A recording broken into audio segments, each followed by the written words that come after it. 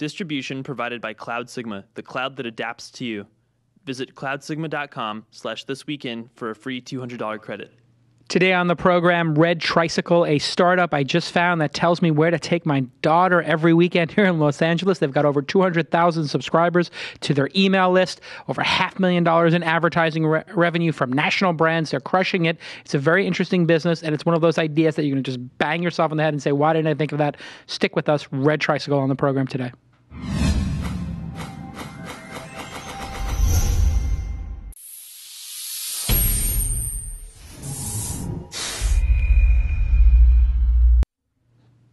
Hey, everybody. Welcome to This Week in Startup, Startup of the Week. This is the program where we feature a startup that myself or my team or just the industry at large just loves. We go, oh, wow, that's a great idea. Why didn't I think of that? That's going to crush it. That's going to change the world. That's going to put a dent in the universe, right? That's what we're looking for here on This Week in Startups. And today is no different. In fact, this is one of those, this actually comes from myself. I found this site, Red Tricycle, a couple years ago. I started using it more and more. I had my daughter. She's 3 years old. We go to the circus together. We go to all these great activities. And I find them a lot of times on Red Tricycle. You can go visit redtri.com. Red TRI is in redtricycle.com. And hey, this program, This Week in Startups, the startup of the week, again, this is one of the programs we do here. We do the news roundtable. We do the fireside chat, like I'll interview somebody. And then we just geek out on a startup that we think is awesome. And we try to learn some lessons here and figure out why the founder started the company, what's working, what's hard. And I try to extract that information from them as best I can. Usually I do that by lulling them with a lot of softball questions in the beginning. And then I ask more difficult questions. And then they give up the good information. So if you listen, you could fast forward right now to the last 10 minutes. And that's when the good stuff happens. Or if you've got time, listen to it through the whole episode. And this is brought to you, and we wouldn't be able to do it without a great partner like SendGrid. SendGrid is the industry leader in delivering transactional emails. You're wondering what are transactional emails? Those are those important emails like, hey, your registration has been confirmed. Oh, hey, you've added a friend. Oh, hey, here's our weekly newsletter. All those important password reset notifications. And you can get 200 emails per day for free, and their API is just buttery and easy and simple. Go try out SendGrid.com. Go thank @SendGrid on your Twitter account for supporting independent media like this, which by extension is supporting the startups we feature on the program. It's a really menschy thing to do. Thank you, SendGrid. And hey, if you're wondering, is that SendGrid for real? Who uses that software? Who uses that software as a service? Hey, or infrastructure as a service, Foursquare, Pinterest, StumbleUpon, Pandora. You may have heard of these or use these products. In fact, if you're watching this program or listening to this audio podcast in your Tesla Model S with the 3G in the dashboard, or you're just on your phone, or you're at the gym doing Pilates, I don't know what you're doing right now. I don't actually need to know what you're doing right now. I just need to know that you're hearing my voice and that you're hearing about how great SendGrid is. God, thank you, SendGrid, for making this third episode a week for me to do. Really, 3 episodes a week. Thank you, SendGrid. Okay, so Red Tricycle, great site. I have it up here on my desktop. It's very simple. You sign up for an email a la Daily Candy or Thrillist or one of those things. But hey, some really great magic happens. Like you figure out, and if anybody who's got kids knows, it is so you wake up every Saturday morning and you're like, what do I do for the next 48 hours? And if you pick the right thing, it's an awesome, joyful weekend. And if you don't pick anything, your kids are bouncing off the walls, and you got to find great activities for them to do. And I've been saved by Red Tricycle. In fact, I went to Circus Vargas last week because I read about it on Red Tricycle. And with me is Jacqui Boland, the founder of Red Tricycle. Jacqui, how you doing? Good. How are you, Jason? I am well. Thank you for coming on the program. You saw my tweet. I was tweeting last week like, oh, God, the site is so great. Who's the founder? And we wound up talking on the phone, and hey, you're here on the program. Yeah, it's there's no better way to attract attention for your business. There's no better compliment than somebody especially an investor or sort of a leader in the investment community, when they find your site, your product themselves organically and use it. That's the best testament to what we're doing. Yeah, and the site has grown tremendously. Tell me, how is the site doing? The last 2 years have been pretty extraordinary. What are the metrics? Yeah, and so let's see, 2010, I had one city. I launched this business when I was in Seattle, and I had about 18,000 subscribers in Seattle. And I decided, after sort of looking around at the the media landscape, I thought there was really an opportunity. I was getting emails from moms in New York and San Francisco and LA, and I really thought there was an opportunity to scale. And so we went from one city with about 18,000 subscribers to now we're in 6 cities. And I think we have over 300,000 subscribers now. We'll probably be at about 400,000 by the end of the year. And we haven't, this is all sort of organic growth with we haven't done any fundraising. And so you are, as we would call in the business, a dude business or dudette. You started a website to solve one of your own problems in Portland. Exactly. Yeah, I started it in Seattle. Seattle, rather.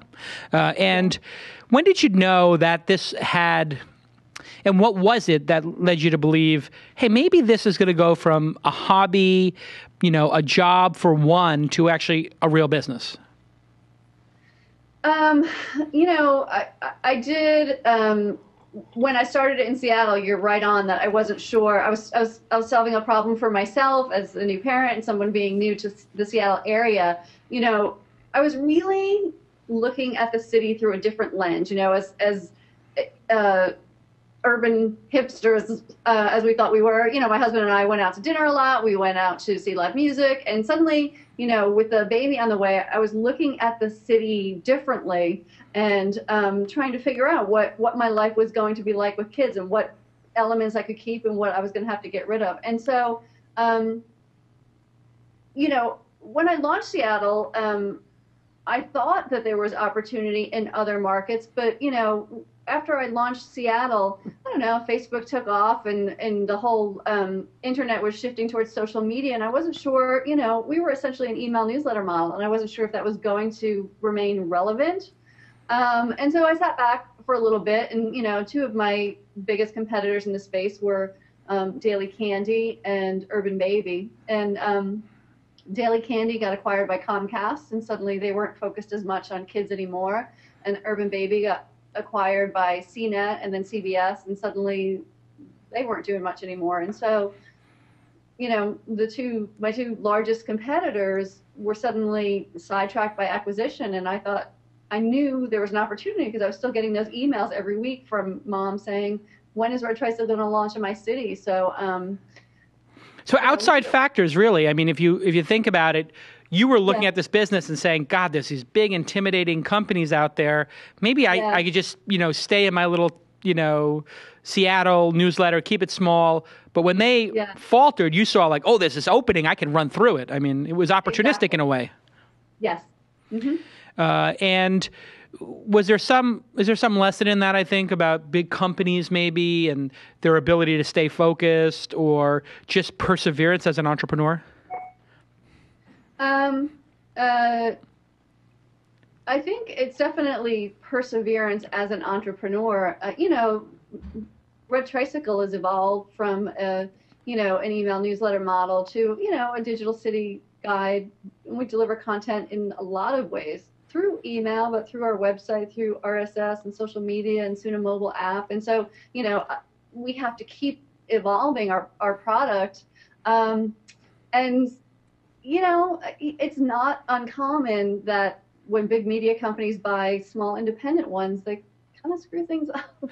So you mentioned social media was a concern. You thought, hey, I've got this email newsletter, but social media, God, everybody can't shut up about it, and it's going to kill everything. Did you think, I have to get off email and get on Facebook? And did you make an effort to work there? It seems like email is the one constant in a lot of these businesses, and that Facebook, I hear a lot of people now really complaining with the triple taxation Facebook has put on, publishers and people with pages there.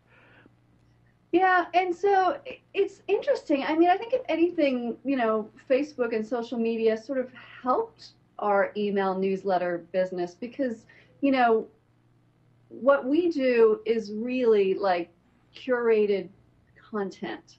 And so, with Facebook, it really is information overload for a lot of people. And the reason that people continue to subscribe to Red Tricycle is because they don't want, 150 events going on for the weekend. They want our picks, our 5 picks of things to do over the weekend, our picks of 3 kid-friendly restaurants or 5 great places to have a birthday party. And so, I think, while our content isn't that sexy from an investor perspective, from a user perspective, parents really love it, right? Everybody's so busy, whether you're working full time or at home with kids, you're just swamped, and being able to deliver that information in a easy to skim format is really helpful to parents. And it really is, I mean, a very basic idea. Give me 5 things to do this weekend with my child. Keep it simple, as you're saying.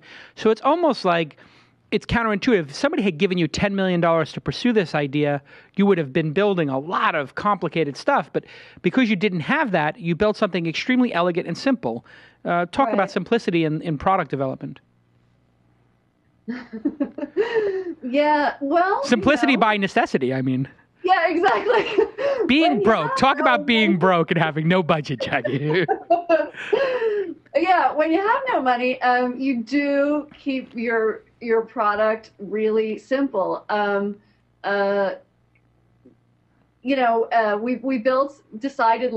built our website on WordPress because the cost for operation was really low for us.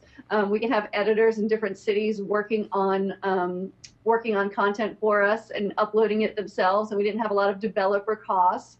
Our email newsletter, again, it's really simple. It probably will be evolving now as a growing percentage of our users are on mobile, so we probably will evolve to a more mobile-friendly product. But our business was built on essentially WordPress and another email provider, but I'm not going to mention their name because they're not a sponsor of your show. It's okay. People use different ones. Apps,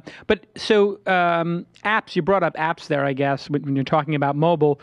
I guess, are you thinking, I mean, everybody's got email on their apps, but do your customers, would they rather just have an app experience than get the email? They would like just pop it open and saying, here's a map of everything around you? We do have some ideas for a mobile app that we'll be rolling out in the first quarter of next year. And, I don't think we need to do the same thing we're doing in an email in our mobile app, but we might take 1 or 2 features that people like on our website and just make it more usable, more easy to use in a mobile application. I think there's still going to be people who like getting the email. But we'll certainly make the email easier to read on a mobile app, and our whole site will be upgraded as well, so it's more mobile friendly. Yeah, I mean, it's tremendously simple yet elegant, and I think that's what the parents I've spoken to, and I know a number of parents who use it, really like about it. Let's talk about advertising and the business model here.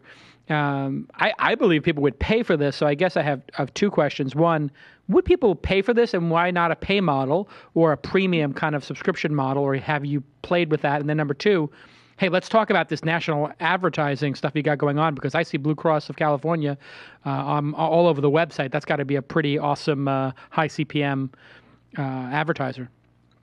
Yeah, and so, when I started off this business and in Seattle, we sold local ads. If we had a email database of 5,000 moms in Seattle, well, there were toy stores and maternity stores and other businesses that wanted to reach their moms, and so we had a pretty robust local ad business model.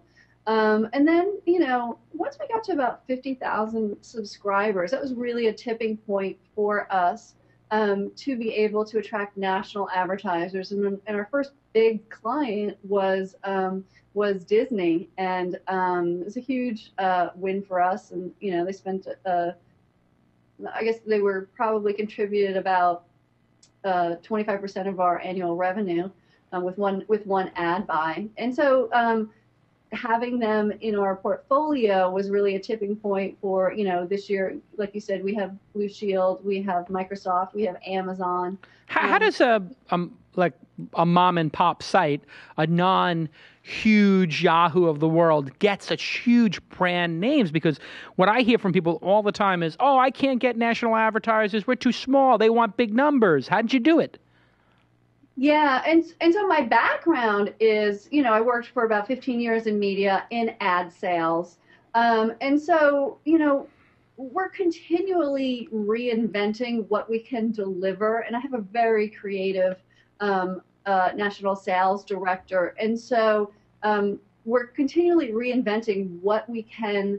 So one, I understand the business model. We're not just selling banner ads. We have, now 300, 400,000 moms that are geo-targeted that we know we can drive to events. We can drive them to social media channels. We can engage them in contests and promotions. We can, incorporate local events and actual touch points with parents locally that national advertisers can't get from a national ad buy, advertising with iVillage or Sugar or something like that.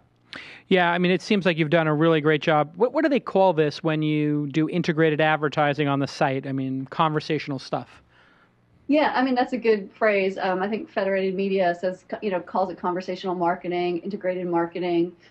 Integrated marketing. Yeah. Yeah, uh-huh. Advertorial. Yeah. And that is the differentiator. You can service them in a much more custom way than some iVillage or other big brand will. Yeah, exactly. Mm-hmm. And how do you balance these, big advertisers getting more intimate with the audience with, of course, editorial independence and keeping them from, overdoing it? Because advertisers, let's face it, sometimes they just go overboard about themselves. And do advertisers get it that conversational media means being part of a conversation? I think they're getting it more and more, and it's an educational process. I mean, it's our job to educate the advertiser and to help them understand our audience and to get the most bang for their buck. And so, the relationship is we're doing a lot of educating on our end as far as explaining to our advertisers, what works with Red Tricycle audience and how to connect with them in an authentic way that doesn't feel forced. We're also careful about the advertising we accept because we are, we're building a brand and we're asking moms to trust us, not just editorially, but with whatever we deliver in front of them. And so, we probably wouldn't take advertising from, say, I'm not even going to say there's some brands out there that are probably not the right fit for Red Tricycle. I mean, I'll say e-cigarettes and vodka and McDonald's and fatty foods. Unless McDonald's was doing something that was, let's talk about like a McDonald's as an example. If a fast food restaurant wanted to buy the advertiser, hey, here, and I'm sure they've tried, here's a bucket load of money to, get trans fat into your kids' veins. Are you going to take that, or would they have to be engaged in their sort of healthier version? How would you as a founder decide whether to accept a fast food advertisement or not? Yeah, I mean, that's a good question, and that stuff does come up all the time, and we do sort of make decisions as a team about what kind of advertising we accept. And, there have been some things we've turned down fast food wise. Again, my national sales director is really creative and is really creative with coming up with packages that will work for Red Tricycle. I don't think the short-term cash of accepting that advertising would work for the long-term brand building and the trust that subscribers and readers of Red Tricycle have in us. So it probably wouldn't work for us. But we have debated. There have been some alcohol companies where we're like, I don't know, mom's happy hour. We all love, now especially that we have kids. Yeah, everybody sure. Wants to cocktail and go out for a mom's night out. And I don't know, it could be a fit. It could work. Yeah, I mean, if Amazon wanted to do Chardonnay and they did a clever Chardonnay campaign, it's not like Red Tricycle is being read by children. It's being read by moms. Exactly. And dads. Yeah. Let's talk about paid content. I bring up the fact that I would love to pay for this content. I'd love to show support for you. Have you ever tried or asked for donations or any kind of, have you offered any kind of premium product? And if not, why? You mean changing our business model to just not have ads? Yeah, or adding like, hey, here is a special concierge service, or just something for people who would want to pay for this content. Or did you think that it's better to go for the ad buy? What's your thinking on that? As we are growing our business, our focus right now is to, expose as many people as possible to Red Tricycle. Perhaps we will get to a level where we can segment our audience, but I don't think we're there quite yet. I mean, we have a lot of ideas for other revenue streams for our business, but I think our focus right now is to get in front of as many eyeballs as possible. And so the fewer barriers there are to that, I think it's in our best interest for right now.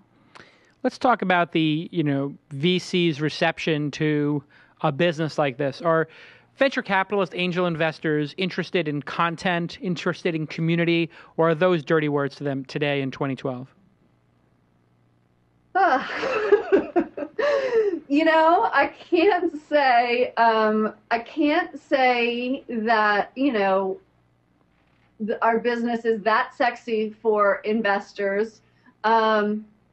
Though, we have some, really exciting stuff in the pipeline right now, and we're currently, pretty excited about where we are in the process of fundraising.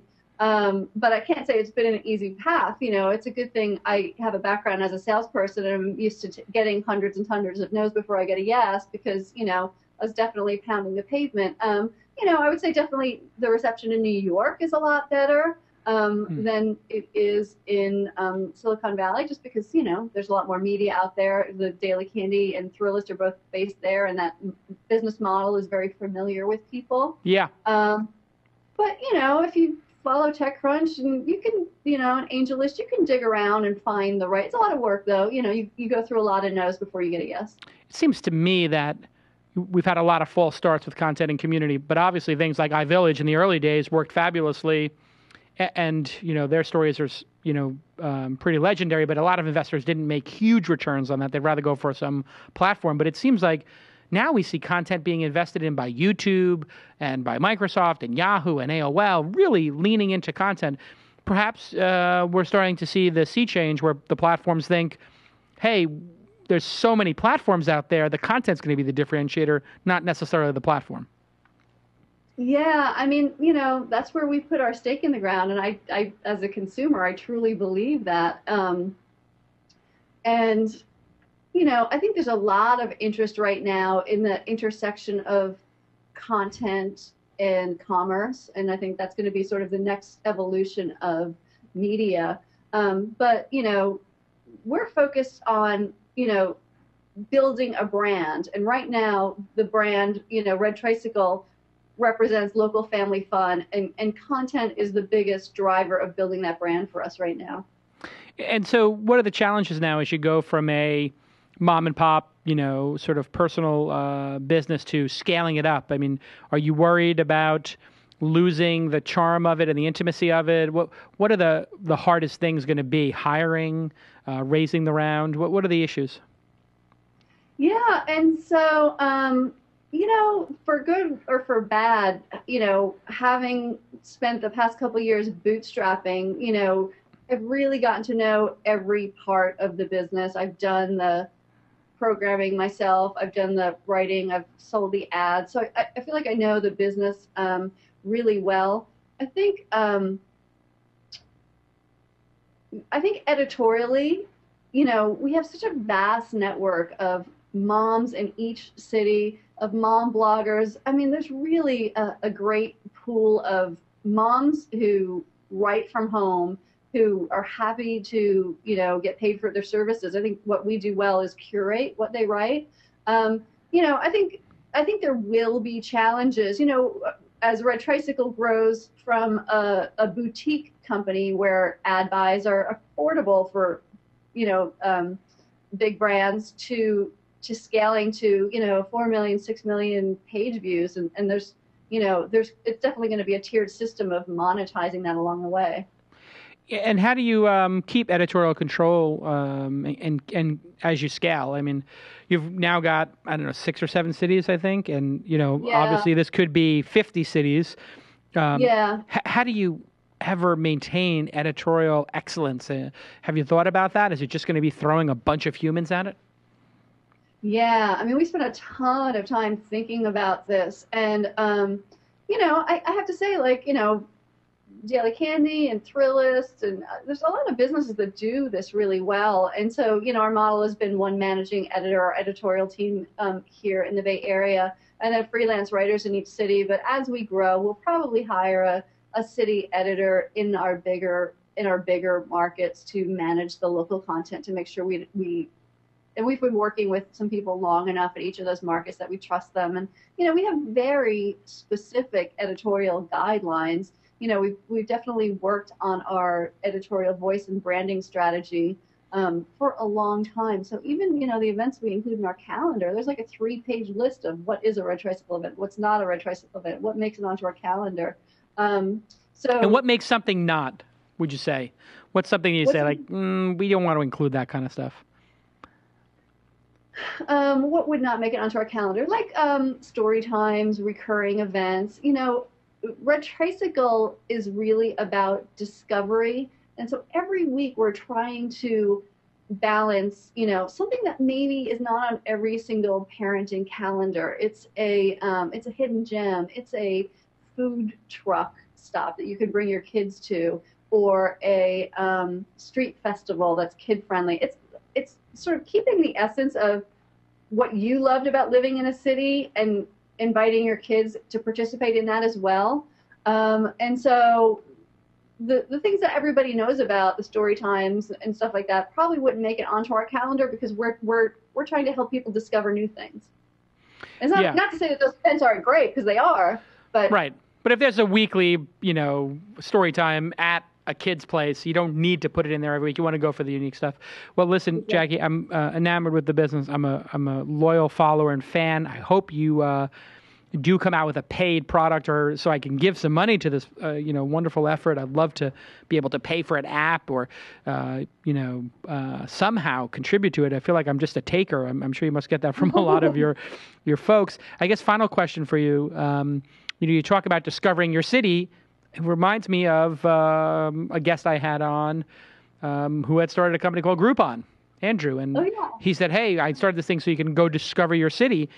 Did you ever consider that model, the Groupon model? I'm sure you got some pressure from people saying, hey, we should do Groupon. Obviously, that pressure's probably subsided.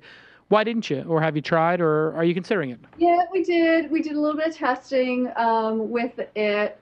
And, again, there's definitely a different audience of people who are looking for deals and people who are searching for sort of the best of products for their families. Even if, sometimes they're looking for free things or whatever. They're two separate businesses, really. And, we've had advertisers who've done a Groupon and said,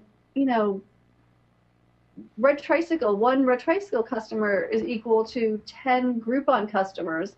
And so, already by the time we were testing that product, there was already a lot of fatigue in the deal space, and we didn't feel like we were getting much traction in it at all. And we decided we're going to put our stake in the ground and continue putting out good content, and that advertisers would pay for that.